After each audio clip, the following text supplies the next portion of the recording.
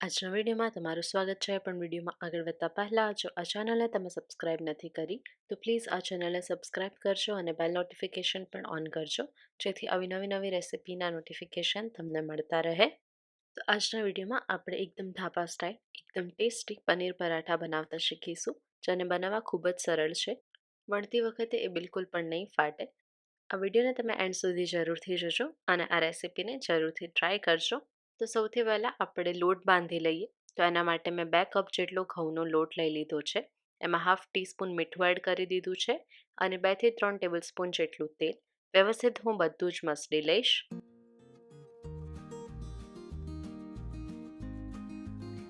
પાણી એડ કરવાનું સ્ટાર્ટ કરીએ આપણે. તો હું બધું જ પાણી એક સાથે એડ નહીં કરી દઉં. થોડું પાણી એડ કરતા જઈશું અને લોટ બાંધતા જઈશું. 2 કપ લોટમાં આપણે 1 કપ પાણીની જરૂર પડશે.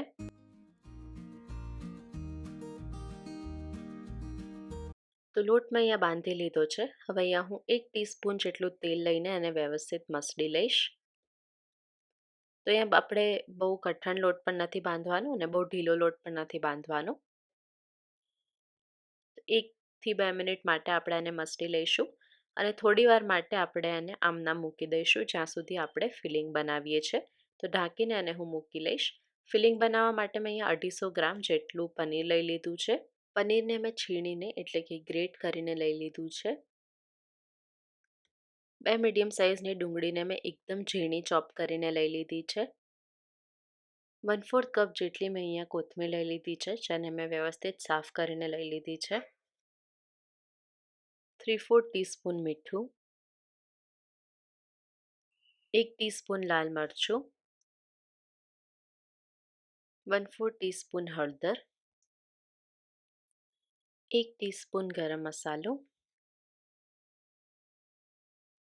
હાફ ટીસ્પૂન શેકેલા જીરાનો પાવડર, હાફ ટીસ્પૂન આમચૂર પાવડર એટલે કે ડ્રાઈડ મેંગો પાવડર, 3 લીલા મરચાં અને આદુનો એક ટુકડો, જેની મેં પેસ્ટ કરીને લઈ લીધી છે. આદુનો ટુકડો છે એ થોડો મોટો લઈશ અહીંયા હું, જેથી એનો સ્વાદ અને ફ્લેવર આવશે. તો કાચના એક બાઉલમાં મેં પનીર લઈ લીધું છે. એમાં હું ડુંગળી એડ કરી દઈશ, કોથમીર, આદુ અને મરચાંની પેસ્ટ, મીઠું મેં એડ કરી દીધું છે, હળદર, લાલ મરચું, ગરમ મસાલો, આમચૂર પાવડર અને શેકેલું જીરું. તો હાથથી જ અહીંયા હું વ્યવસ્થિત બધું મિક્સ કરી લઈશ. જો તમે એક સ્પેચ્યુલાથી કરશો તો એનું જે બાઇન્ડિંગ છે એ નહીં આવે. પછી આપણા જે પરાઠા છે એ વણતી વખતે ફાટવાનો ચાન્સ છે. તો આવી રીતના હાથથી જ આપણે એને સરખું બાઇન્ડ કરી લઈશું અને વ્યવસ્થિત બધું જ મિક્સ કરી લઈશું.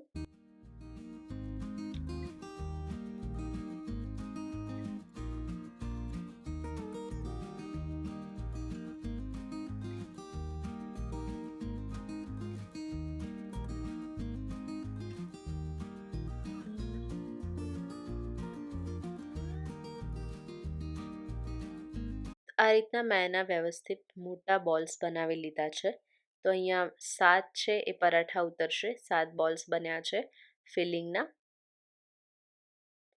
એ જ રીતે મેં જે લોટ બાંધ્યો હતો એના પણ મોટા ગુંડલા બનાવી લીધા છે. તો એ પણ 7 જ બન્યા છે. તો હવે આપણે પરાઠા બનાવી લઈએ. તો મેં જે ગુંડલા બનાવી લીધા હતા એમાંથી એક લઈ લીધું છે. અટામણ મેં લઈ લીધું છે. હવે એને હું વણી લઈશ. તો આપણે એને થોડું મોટું વણીશું. આપણે જે ફિલિંગ બનાવ્યું હતું એનો એક બોલ મૂકી દઈશ. આવી રીતના એને થોડું હું દબાવી દઈશ. તો બધી જ બાજુથી આવી રીતના હું ભેગું કરી લઈશ લોટને.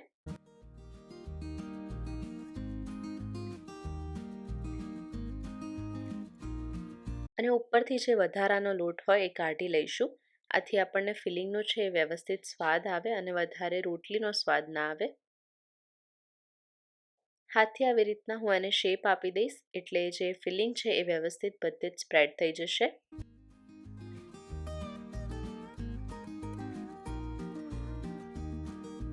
ફરીથી હું અટામણ લઈ લઈશ.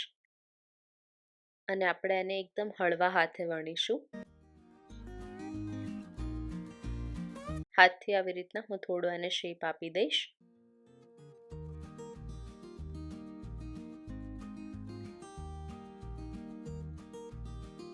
આ રીતના આપણે એને એકદમ હળવા હાથે ચારે બાજુથી વણી લઈશું. અને બને ત્યાં સુધી આપણે એને એકદમ પતલું કરવાનું ટ્રાય કરશું.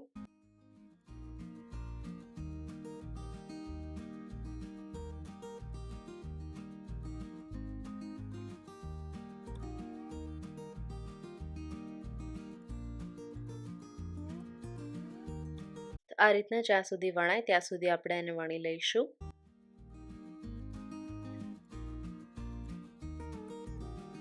તો તમે જોઈ શકો છો કે કોઈ પણ જગ્યાએથી એ ફાટ્યું નથી અને આપણે જે રોટલીનું લેયર છે એ પણ એકદમ પતલું બન્યું છે. તો હવે એને હું શેકી લઈશ. તવીને મેં 2 થી 3 મિનિટ માટે પ્રીહીટ કરી દીધી હતી. 3 મિનિટ થાય એટલે હવે આપણે એને ફેરવી લઈશું. નીચેથી એકવાર હું ચેક કરી લઈશ. આવી રીતના ગોલ્ડન બ્રાઉન સ્પોટ થાય એટલે આપણે એને ફ્લિપ કરી લઈશું. ઉપર અહીંયા હું બટરનો ઉપયોગ કરું છું અને શેકવા માટે. તમે અહીંયા તેલ અથવા ઘીનો ઉપયોગ પણ કરી શકો છો. હું અહીંયા મેલ્ટેડ બટરનો ઉપયોગ કરું છું. તો એક સાઈડ હું અહીંયા બટર લગાવી દઈશ. બીજી 1 થી 2 મિનિટ માટે આપણે એને કૂક થવા દઈશું અને ફ્લિપ કરી લઈશું.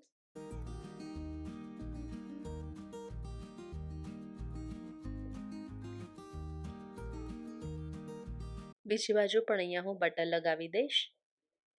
તો તમે જોઈ શકો છો કે એકદમ વ્યવસ્થિત ફૂલે પણ છે.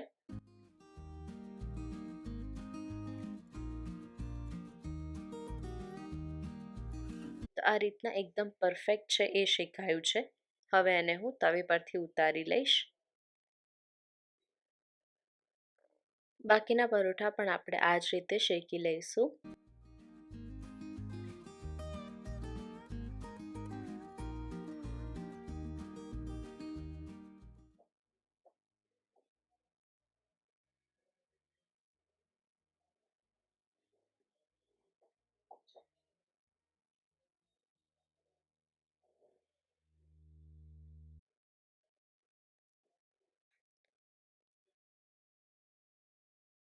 આ રીતના તમે એકદમ પરફેક્ટ રીતે, એકદમ જ સરળ રીતથી પનીર પરાઠા બનાવી શકો છો.